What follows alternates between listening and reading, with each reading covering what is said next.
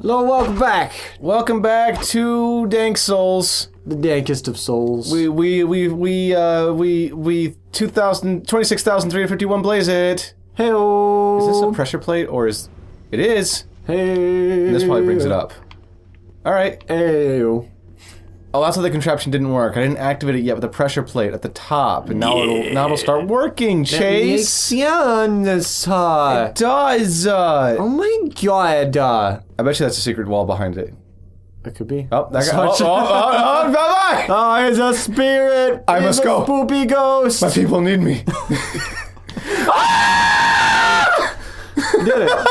You got it. It was a simple gem. It was right there. It was right there. I didn't know how to react. We're playing it cool. The coolest. We're so calm. Oh man. Collected. The Tao of play it cool. It spooked me. I pointed it out earlier. I forgot it was there, and I just had to react to it. I'm sorry. Oh man. I was truly playing it cool. All right, I'm gonna ride this down and see what's going on down there. Okay, I think it might just be an elevator. Well, that would be weird, because it's such an easy route. There's like no really enemies between here and there. I think this is a secret wall. Mm-hmm. Why is that an elevator? There's like nothing it really leads to. I don't know. So this gap below it is exclusively just to give the pillar a place to go into? Apparently. All right. I guess so. I have all my Estus. I'm not gonna rest there. Yeah, okay. Oh yeah, I was gonna talk about AX last time, and I didn't, because we talked about fight clubs. Oh yeah. So what did you get up to, Chase? Yeah, I stayed with my good friend Grimjack, Grimjack69. We were actually going to record a I didn't know that was his full name because I've only heard you talk about him. Yeah. And like you linked me videos to him, so I don't like. I haven't been to his channel, and all I knew was Grimjack. Was not aware it was Grimjack69. Yeah. It turns out, because I at first was like, haha, 69, so funny, chuckle. And then I was like, I asked him, like, so just because I have to ask, why is 69 in your name? Like, what does that have to do? Why is that the thing that you put at the end? And he's like, oh, I used to play football, and I was like, he listed his position, he's like, and actually the number that I got while I was playing was 69. And I almost like tried to go pro with it and like would have done a lot of stuff, and that number means a lot to me. And I'm like, oh, well, oh, Hey. well, cool. He then followed that up by saying also 69. Wait, what's that? Is that a danger? Yeah. Are you a danger? Yeah. Oh, is that a crushing? It says sacrifice required ahead. Oh boy. What's down there that could be worth it? Is that a bonfire? There's light. I'm gonna go up first. Okay. See if I can trip this trap somehow. That sounds like a good. It says sacrifice required, and it was a secret, so I want to say it's not purely negative, but it looks like a trap. Sacrifice is required, and I'm ready to shit my pants. Let's do it. Wait, are those two things related? No, but I'm describing the status. Oh, this is such a cool view. Oh, it is. I love this misty, icy mountains. I really like. We talked about it before, but I really like this misty, this icy Gothic architecture. Yeah. It's really cool. I love this icy Gothic architecture, and I'm ready to shit my pants. Should I go down here and explore that? Sure, why not? I can't go back up, which means I can't go and check out what that trap might have been. That means it must be good. Yeah, it must. I don't know. It's either really good or really annoying. By the way, this looks identical to the old trap in Dark Souls 1. Oh? There's two guys who shoot at you, and there's like a small blockade halfway up the rafters, and there's this room even looks similar to the beginning of Anor Londo. Right in the... Ow. In Dark Souls 1. Ace Ventura'd me. He did. Ah! Ah! Yeah, he did. Oh, man. All right, I'm gonna go down. All right, let's make mistakes. The track doesn't go down all the way. It does not. We just gotta go fast. Is there a pressure plate at all? Gotta go faster, faster. Oh man, this is a really... This is really long. Oh. Oh, it's the thing again! Oh yeah, one of those guys. Alright. We've bopped them. Wait, before I get fully off this thing, before it notices Before me. I get off. Yeah, well, what did we use on it before? I think we did lightning. Yeah. Oh no, we didn't do lightning because it was lightning. Yeah. Something else. I'm gonna do fire. Okay. Fire. Fire bad. Fire gonna be good. Yeah, fire bad for Guy. Yeah, don't come at me right now. Okay, cool. Cool. The ladder goes into a thing. Yeah, so while we're about to attack this guy, beware ambush. Okay. But while we're gonna attack this guy and go into a crazy fight scene, I think it's time to start telling a story. Oh God, there's 2. Jeez. Have fun. Just have fun with it. All right, just tell your story. I'm gonna try to concentrate. I believe. All right. So we went to AX on day 0, which was actually really fun.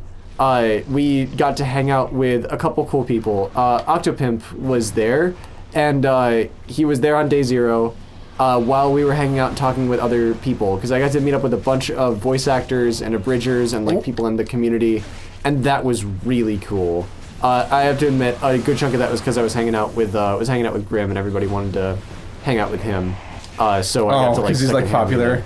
Yeah, he's in a lot of stuff. My stuff is like, I work on somebody else's channel mostly, so my name doesn't really pop up unless you read the description. Cool. So some people recognized me from the stuff I had done, which was neat. But while we were hanging out with friends and like talking, having a good time, Octopimp like power walks past us and around us in like a neon pink varsity jacket. And I'm like, hi Octopimp. And he like stops and looks around like panicked for a second. Like there's like nearly no one there on day 0. So he's like still like he's at a convention center and someone has recognized him out in the open. He like panics for a second, and he like sees there's like first off nobody there. Also sees like a small group of people like waving at him. And he's like, oh hi, hey, and like continues walking off. And then later on we saw him again. And he was like just checking his phone. Fuck. Jesus, this guy. Oh. Yeah, he really messed me up, man. Jeez. I have a question about your story already. Oh, yeah. What is day 0? Day 0 is they open the convention center. All right. And they only have people, like staff there, to allow you to fill out your registration and get tickets. Okay. So it's just so that you can like get there ahead of time and like get everything in order. Okay. For day 0. I thought that it was actually just a day of the convention that they, for literally no reason, decided to call day 0. Yeah. I was a little bit frustrated at the idea of this and took like offense to it. Yeah, fair enough. Because you got to start with day 1. Yeah. Normally. You do. But I feel like day 0 is an okay term in this case. That all you really do is like walk in and get your badge and stuff. Registration day. Yeah, it makes sense. It's fine. So yeah, we got to see Octopimp. It was cool. I also got to hang out with this guy Alejandro Saab, Kagi. He has huge YouTube channel, big Let's Player. Actually plays a bunch of Dragon Ball games, like Xenoverse, like the one that we played. Yeah. He's a really cool guy, and we hung out with him for like the whole convention. Because Funimation basically told them that they needed somebody to represent them, because he not only is a YouTuber, he's also a voice actor for Funimation, and he does voice direction for them as well. Oh, I didn't know you did voice direction for them. A little bit, yeah. I think there's still main voice directors, but he does some like off voice directing for them, I believe. That's cool. If I understand his situation correctly. So he was there. Funimation was like, hey, if you go to AX, we'll like pay for your badge.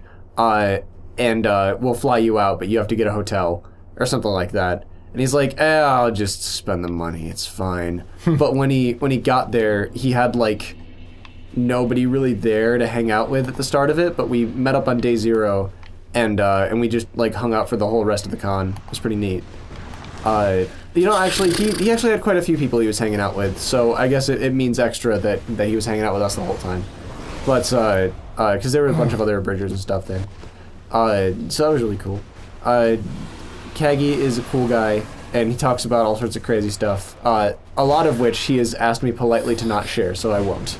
But stuff that he has talked about that was neat was like, we were at the One Punch Man panel, which was like a paid thing that you had to like get into with money, which we had paid well beforehand, so we had very good seats for it.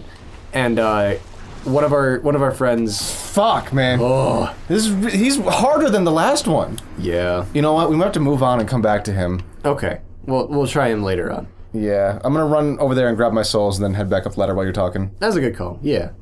So we, myself, Grimjack, and our friend Gauga King, the Great VA, aka Mark, we all buy tickets to this event, and then Mark is his name is the Great VA. Gaogai King the Great VA. Yeah. The title is off of a character named like Gaogai King, and then there was another character that was like something the Great. It's like an amalgam of their names, and then he added VA to the. Oh, okay. So he is Gaogai King the Great, like.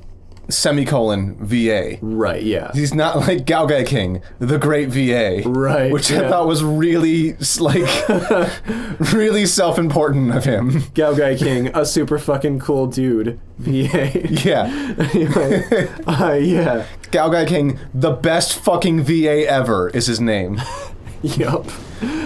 So he was unable to attend, but we had his ticket. Because we had like purchased them together. So I have the spare ticket, and Kaggy's been hanging out with us the whole time. So we ask Mark if it's okay to give his ticket to Kaggy, because Mark's unable to show up, and he's like, yes, I really want someone to be able to like sit there and actually enjoy the show, because I can't.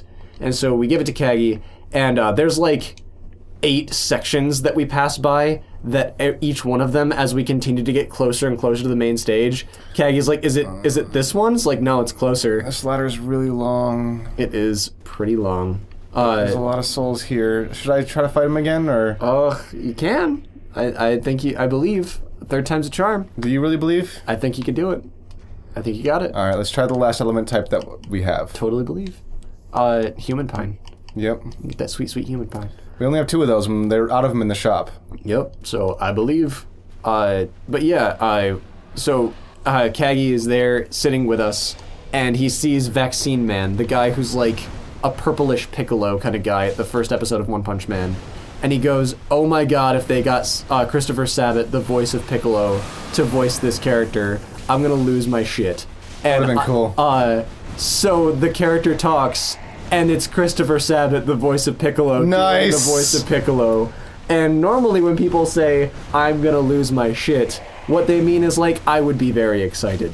Kaggy actually kind of lost his shit a little bit, like started like hopping up and down in his seat, fists clenched, white knuckle, screaming, like jaw like almost unlatched level of excitement.